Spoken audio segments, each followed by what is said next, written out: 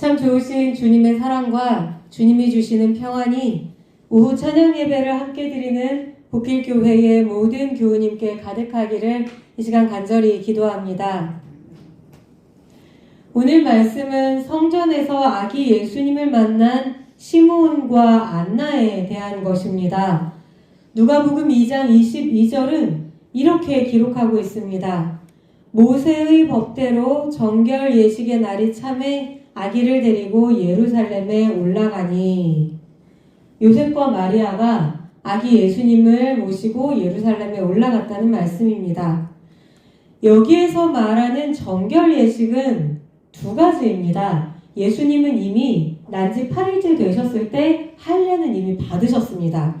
이 정결 예식은 그 후에 일어난 일입니다.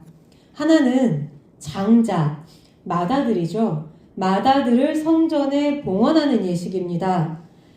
이 마다들을 성전에 봉헌하는 예식은 아주 오래전 출애굽기 때부터까지 거슬러 올라가는데, 출애굽기 13장에서 하나님께서 이 애굽에 10가지 재앙을 내리시는데 그 마지막 재앙이 애굽의 장자를 모두 죽이시는 것이었습니다. 그런데 이때 하나님은 이스라엘의 조상인 히브리 민족의 모든 장자와 모든 짐승의 초태생은 살려주셨습니다. 애굽의 모든 장자와 모든 동물의 초태생이 죽임을 당한 것과는 반대의 일이죠. 이렇게 되면서 하나님께서는 무엇이라고 말씀을 하시냐면, 앞으로 이스라엘의 모든 장자와 모든 짐승의 초태생의 수컷, 그 동물이 새끼를 낳았는데 그 새끼가 만약에 수컷이면 하나님의 것이다, 이렇게 말씀을 하십니다. 그래서 이 뒤로부터 모든 동물의 초태생의 수컷은 하나님께 다 바쳐야 하는데, 그리고 이스라엘 자손의 모든 큰아들은 다른 일은 하지 못하고 하나님만 섬기는 일을 하도록 명령을 받았습니다. 그런데 이후에 이 장자들이 해야 하는 역할을 레위인이 전부 물려받았습니다. 레위인이 물려받고, 대신 그러면 이 의무를 레위인이 대신 져주는 대신에 이스라엘의 모든 장자들은 어떻게 자신들의 의무를 속량하였느냐 하면 성전에 5세겔을 바치는 것으로 대속을 했습니다. 이게 하나님께서 아주 오래전에 이스라엘 민족을 이집트에서 꺼내주실 때 하나님께서 명령하신 내용입니다. 그래서 이렇게 아들이 태어나면, 큰아들이 태어나면 성전에 5세겔을 바치는 예식을 통해서 이 장자를 봉헌하는 예식을 치릅니다. 그리고 또 하나의 예식은 어머니의 정결례입니다. 자녀를 낳은 어머니들은 이스라엘의 율법에서 출산한 지 40일이 지나면 성전에 가서 번제를 올리도록 되어 있습니다. 이때 제물은 어린 양이나 비둘기 한 쌍 혹은 어린 집비둘기 한 쌍입니다. 여기서 비둘기로 제물을 드릴 때 대부분의 경우는 어떤 상황이냐면, 양이 너무 비싸서 양을 바치기 어려운 형편인 사람들이 비둘기 한 쌍으로 하나님께 번제물을 드렸습니다. 즉 말하자면 이 양 대신 비둘기를 드리는 사람들은 형편이 그렇게 좋지 못한 사람들입니다. 그래서 오늘 마리아와 요셉이 이 정결 예식을 치르러 올라가는 과정에서 제물을 선택할 때 어린 양이 아니고 비둘기를 제물로 준비하였다는 것을 보여줌으로써 이 마리아와 요셉이 형편이 좋지 않았다, 예수님께서는 좀 가난한 집안에 태어나셨다고 하는 사실을 알려주고 있는 것입니다. 이렇게 두 가지 예식을 위해 성전에 올라간 예수님의 가족은 그곳에서 시므온과 여자 선지자 안나를 만나게 됩니다. 오늘 보여드릴 작품은 바로 이 사건을 그린 것입니다. 작품 한번 보여주십시오. 예. 슈테판 로크너라는 화가가 그린 성전에서의 그리스도 봉헌이라는 제목의 그림입니다. 1447년에 그려진 그림이니까 굉장히 오래됐습니다. 이 그림을 보시려면 독일로 가셔야 합니다. 굉장히 많은 인물이 등장을 하고 있지요. 이 작품을 이제 구석구석 한번 살펴보면 이렇습니다. 자, 이 다음 그림을 보여주시면, 자, 그림의 중앙을 확대한 그림인데, 아기 예수님을 안고 있는 한 남성이 보입니다. 이 남성과 옆에 보면 짙은 푸른색 옷을 입고 있는 여성이 있죠. 그리고 뒤에 머리에 후광이 있습니다. 이 사람이 누구냐면 이 여성이 마리아입니다. 그리고 그 마리아 앞에 있는 할아버지는 시므온입니다. 성경에는 시므온이 제사장이라는 말은 없고 어떻게 기록이 되어 있냐면 시므온이 의롭고 경건하며 이스라엘의 위로를 바라는 자 그리고 성령께서 함께 하시는 자였다고 기록되어 있습니다. 그런데 이 그림을 보면 시므온의 옷차림은 영락없는 제사장의 옷차림입니다. 성직자의 옷차림이에요. 화가가 이 작품을 그릴 당시에는 성경에 등장하는 여러 종교적 직분에 대한 뚜렷한 구별이 좀 없었던 시대입니다. 또 나아가서 화가는 나중에 이 제사장들이 예수님을 적대시하고 미워하다 못해 예수님을 십자가에 못 박는 일에 참여했죠. 그래서 이런 제사장들 대신에 시므온을 이스라엘의 종교를 대표하는 사람으로 표현하고자 했습니다. 그래서 시므온에게 저렇게 제사장의 옷, 성직자의 옷을 입혀놓은 것입니다. 자, 그리고 그렇다면 이 그림에서 요셉은 어디에 있을까요? 자, 다음 그림을 보여주십시오. 네. 자, 마리아와 한 남성을 확대해서 지금 보여드리고 있는데, 마리아의 뒤에 보면, 마리아의 손을 보시면, 마리아의 손에 비둘기가 한 마리 있는데, 자, 그 뒤에 똑같이 비둘기로 보이는 새를 하나 손에 들고 있는 남성이 있습니다. 이 사람이 바로 요셉입니다. 그런데 우리가 아기 예수님의 아버지라고 생각하기에는 이 요셉은 나이가 좀 많아 보입니다. 그리고 구부정한 어깨에 배도 좀 많이 나와 있습니다. 그래서 우리가 얼핏 생각할 때 이 화가가 혹시 요셉에 대해 좀 좋지 않은 감정을 가지고 있었나? 아니면 요셉을 조금 우스꽝스럽거나 약간 하찮은 듯해 보이도록 그렸나? 이렇게 생각하기 쉬운데 절대 그렇지가 않습니다.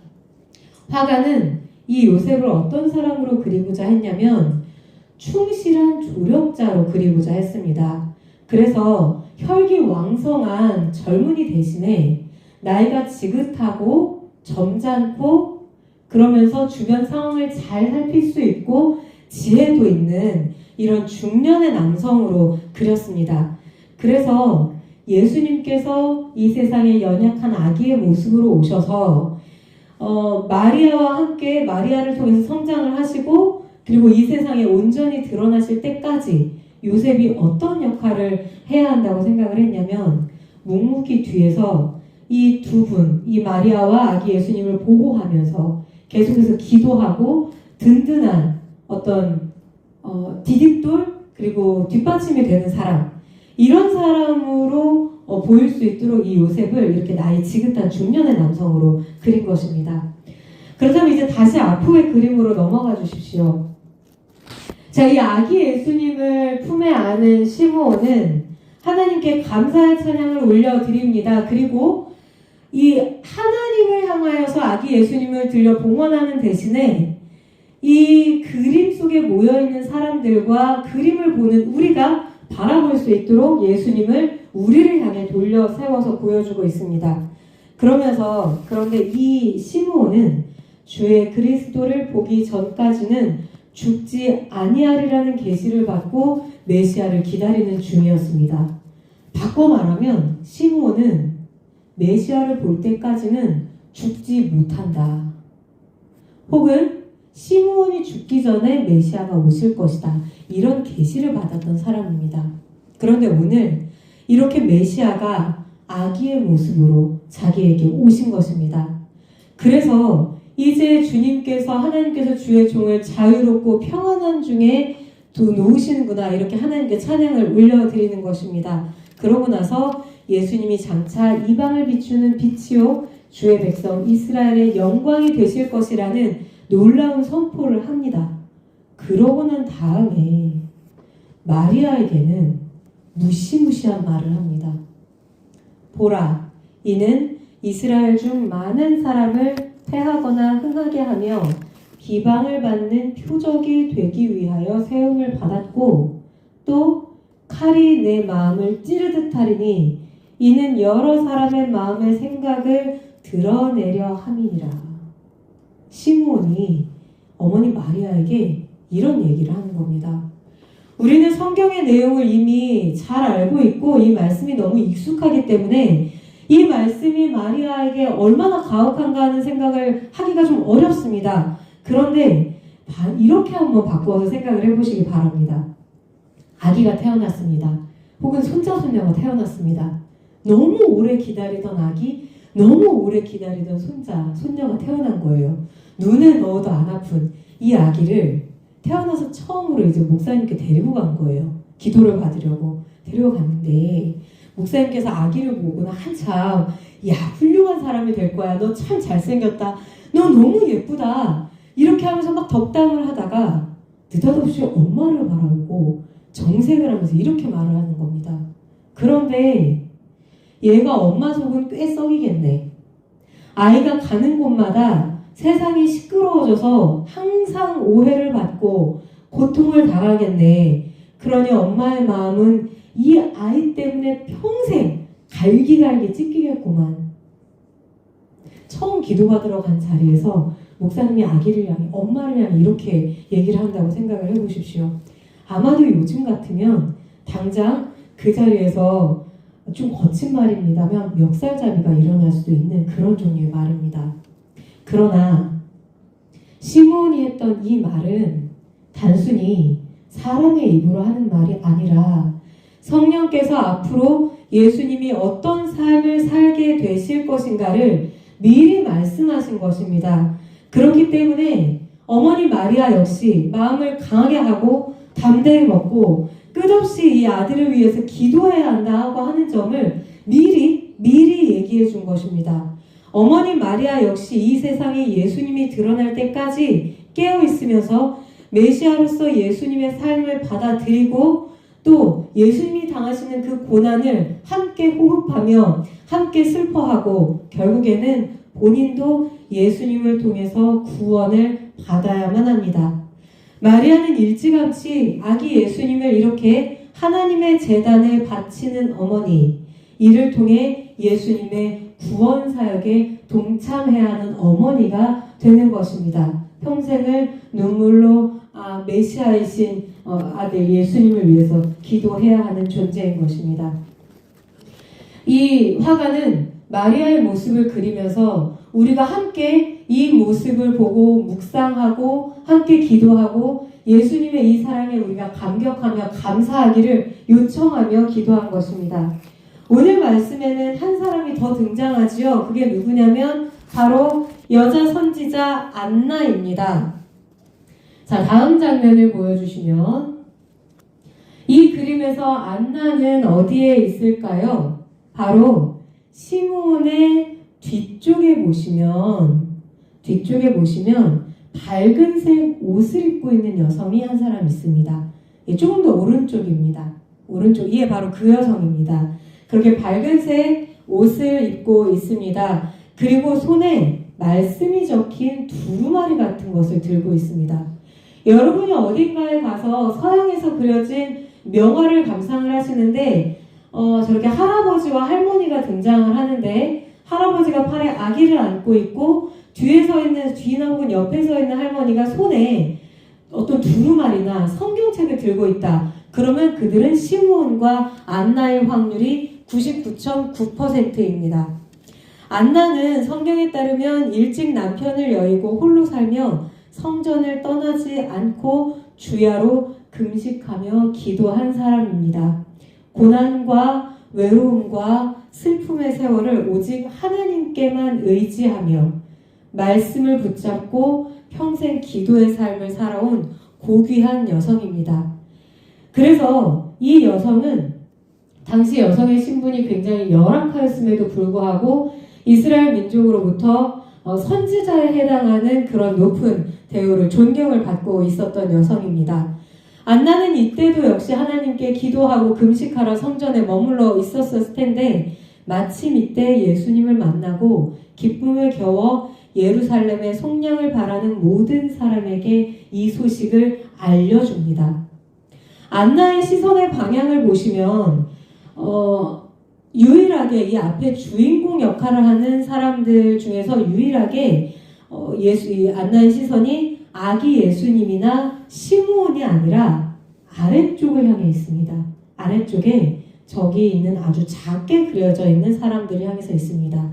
이들이 누구인가는 잠시 후에 한번 살펴보도록 하겠습니다. 어찌되었거나 이 그림에서 그리고 오늘 읽은 성경 말씀에서 세상을 향하여 말하는 사람, 사람들을 향하여 말하는 사람은 딱 한 사람, 바로 이 안나 선지자 뿐입니다.